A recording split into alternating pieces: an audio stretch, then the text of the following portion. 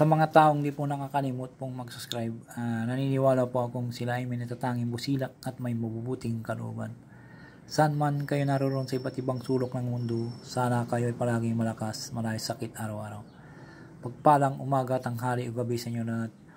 Sa mga baguhan na ngayon lamang po nakatuklas na aking YouTube channel, Liwangan ng Pangasinan, huwag na po kayong mag-atubiling pindutin ng subscribe, like, and share at pakipindot na rin po ang bell icon para palagi po kayong updated sa aking mga susunod na mga video.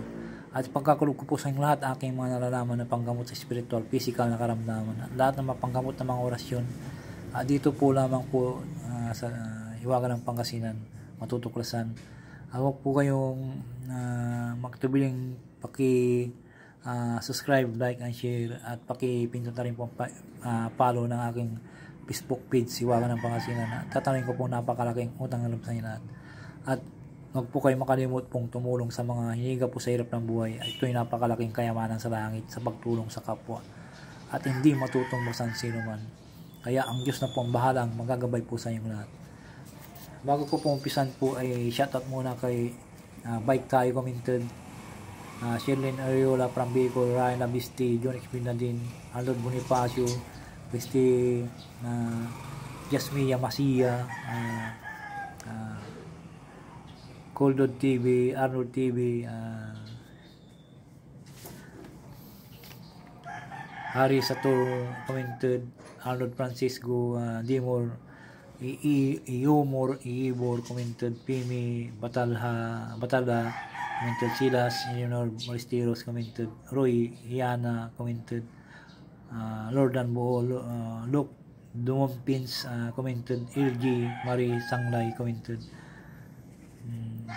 Renz Solis Commented, Maricar Cruz. Shoutout po sa inyo lahat mga baguhan po. Ayun lamang po nakatungkol sa aking YouTube channel, Liwangan ng Pangasinan. Shoutout po sa inyo lahat.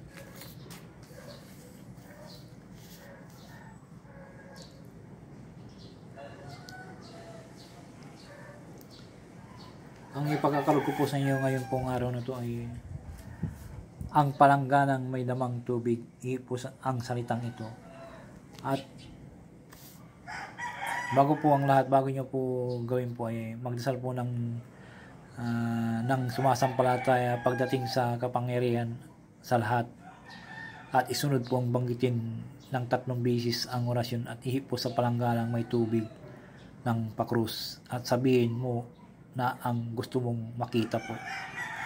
Kung naniniwala po kayo ganitong usapin po ay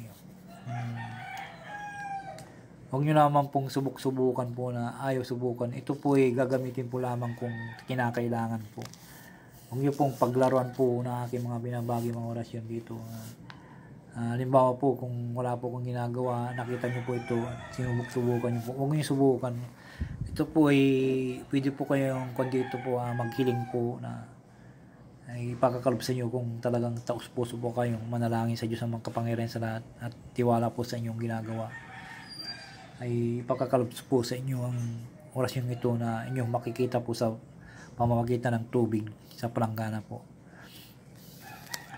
Ang gamitin po yung palanggana po dito yung babasagin na palanggana o stainless. Huwag ko yung gumamit po ng plastic kasi kung may minsan po may itim na plastic po, hindi nyo makita. Dapat po yung maliwanag po yung gamitin po yung palanggana para makita nyo po kung ipagkakalob po sa inyo. Basta tiwala lang po sa sarili po ipagkakalob po sa inyo.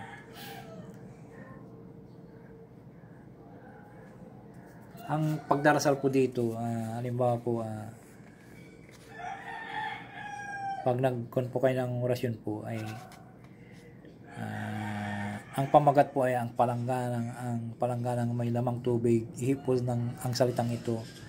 At pagkatapos po magdasal ng sumasampalataya, pagdating sa makapangyarihan sa lahat, ihinto. Tapos isunod po yung orasyon, banggitin ng 3 beses ang orasyon at ihipos sa palangganang may tubig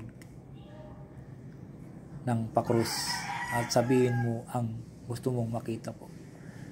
Kung ikakasi po sa inyo, ipagkakalob sa inyo, kung talagang tiwala po kayo na talagang bukal sa puso niyo panalangin po, ipagkakalob po sa inyo lahat to. At tiwala lang po sa sarili. Ito po hindi ko po ginagawa-gawa lamang po. Ito po ay talagang galing po sa aking ninuno po. Pwedeng gamitin po ito sa kung ikakasi po sa inyo, kung talagang malakas na po yung spiritual po ninyo. Pwede nyo pong makikita po nyo kung ano po yung ipagkakalob po sa inyo, na sabihin nyo naman po na ipakita mo ang gumagambala sa tubig na ito. Pakita mo para makita ko po ang aming sala sa taong ito. Pwede nyo po makikita nyo po ano po yung hiling po ninyo, makikita nyo po. Basta ikakasi po ng o ipagkakalob sa inyo at ipapakita po ang kapangyarihan ng pamagitan ng ating Diyos ang makapangyarihan sa lahat. Kung ipapakita sa inyo, ipagkakalob po, makikita nyo po. Yan po. Halimbawa, magdasal po, sumasampalataya ako sa Diyos ang makapangyarihan sa lahat. Doon lamang po. Yun lamang po, ito. Tapos sunod po yung orasyon ng 3 bihis po. At katapos umausal po yung trikuwam, trimitam, tauktam, trikuwam, timitam, tauktam, trikuwam, trimitam, tauktam. 3 bihis po salin po at ipo sa palangganan ng pakrus po. Yung pagbanggit po nito ay yung sa isip lamang po ito babanggitin po. Huwag nakapabulong po. Yung bukal sa puso po ang pagbanggit po. Sana po nauwahan po nyo at isip po nyo yung 3 bihis po ng pakrus po. At hilingin nyo po na makikita nyo po ang gusto po nyo makita at ipapakulob sa inyo kung talagang ikakasi po na o ibibigay sa inyo ng Diyos ang makapangyarihan sa lahat.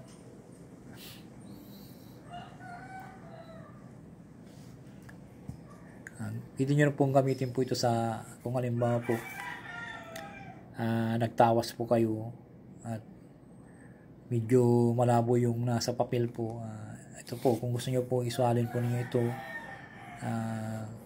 at taos puso po yung pero pag gumagawa po kayo ay humingi po na kayong gabay at basbas sa Ama, sana po tulungan mo po ako at ipagkalob mo po ang aking nais po na makita po sa pamamagitan ng aking ibubuga sa tubig. Ipakita mo, Ama, para makita ko po at magamot ko po kung ano po ang namin misala o gumagambala sa taong aking may sakit.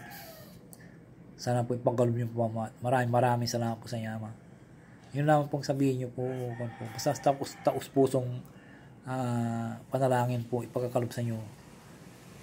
At humingi rin po kayo sa gabay sa mga espiritu o mga anghel na bantay.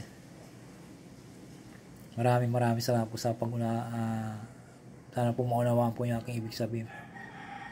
At sana po ay mag-subscribe kayo, mag-like and share. Pag-ipindot na rin po ang bell icon. Maraming salamat po sa inyo lahat.